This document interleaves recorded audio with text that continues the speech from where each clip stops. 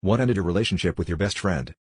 A reversal of fortunes. It's very painful to think back about what happened to my friendship with Annie, but I will miss her until the day I die. We met at work when I was 25 and she was 22. It was a small office and we were the only two girls. She was such a sweet, fun, classy person and we bonded immediately. We spent the next 5 years working side by side, sharing our joys, happinesses, trials and tribulations. I shared things with her that I never shared with anyone else and she did the same with me. We were closer than sisters. Annie had a wonderful, carefree life. She and her husband were quite well off compared to me and mine. She was working to put her husband through medical school, but she had also inherited some money and they were well off financially. They went on regular scuba diving vacations to the Bahamas. They purchased a home at the same time we did in a more exclusive neighborhood and installed a pool and upscale landscaping. They purchased a boat. All in all, she had a beautiful life, and I was so proud to have her as a friend. My life, in comparison, was a struggle. We lived paycheck to paycheck. There was never enough money for unexpected, but necessary, expenses. We had a son, so while Annie and her husband were traveling and vacationing, we were spending our money on daycare, preschool, and after-school care. I lived vicariously through Annie's life. I loved hearing about her vacations and the people they traveled with. I loved seeing the jewelry she received for special occasions. Once, after telling me about something going on in her life, she got quiet and then asked me a serious question. Do you ever get jealous when I talk about this stuff? It surprised me. I told her no and that I loved hearing about all the fun places and things she was able to go to and do, but she asked again. Like she just couldn't understand. But how can you not be jealous? I told her I was just happy for her and was hopeful that I would one day be able to do those things as well. Maybe one day when our son moved away from home.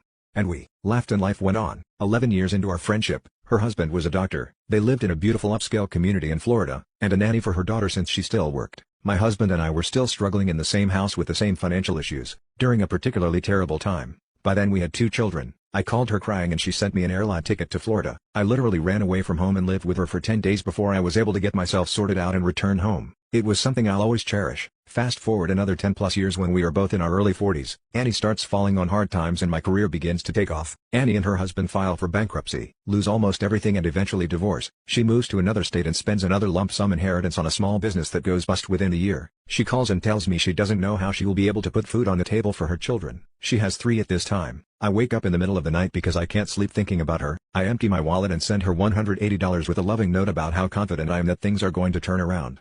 Annie goes back to work and struggles but manages to scrap up enough money to buy a starter home. We continue to talk long distance. Meanwhile, I'm promoted and transferred to another state. We stay in touch.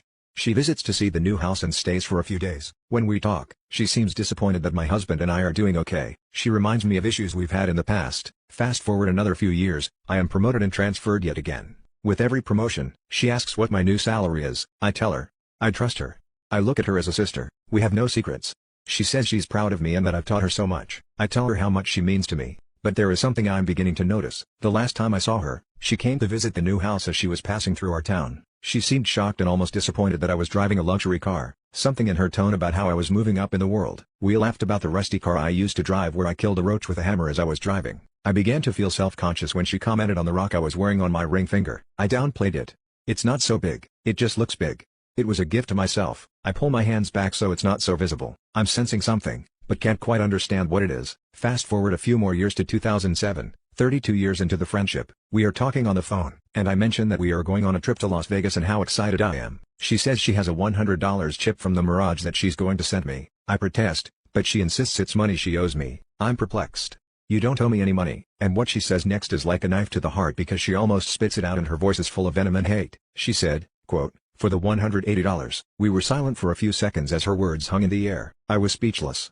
It took my breath away. I mumbled okay and she mailed it to me. I thought a lot about that conversation and replayed our friendship in my head. I immediately regretted sending her the money. I had sent it 10 years earlier and completely forgot about it. She had not. I remembered what she had done for me when she flew me to Florida and I wanted to do something for her. I couldn't fly her to my home because she was a single parent with 2 children still in school. In hindsight, I thought maybe I should have asked before sending the money. It seemed to me that I was doing most of the calling and staying in touch. Anyway, but we both had busy lives so I didn't think too much about it.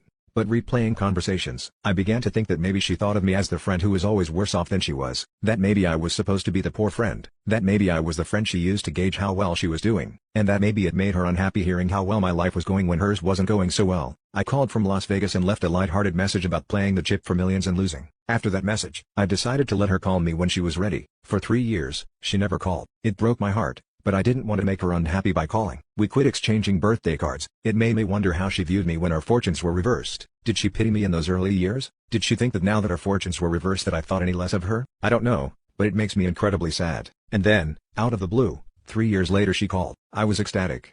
We laughed and talked for 2 hours and it was just like old times. She encouraged me to call her every now and then, but as I promised I would, I knew I wouldn't unless she called first. I just wasn't sure whether she was being polite or really wanted to re-establish the friendship, and I didn't want to cause her any unhappiness. Sadly, she never called again. One night in 2018, after hearing that a coworker from years ago had died, I felt a strong urge to Google Annie. It was then that I found out she had passed away in 2017, almost a year to the day. I cried for days and still cry whenever I think about her. I initially regretted not calling her, but after learning that she continued to struggle, I was glad I waited for her to call me. I believe that it was painful for her to compare our lives and she was happier not knowing how my life was going. Rest in peace, Annie.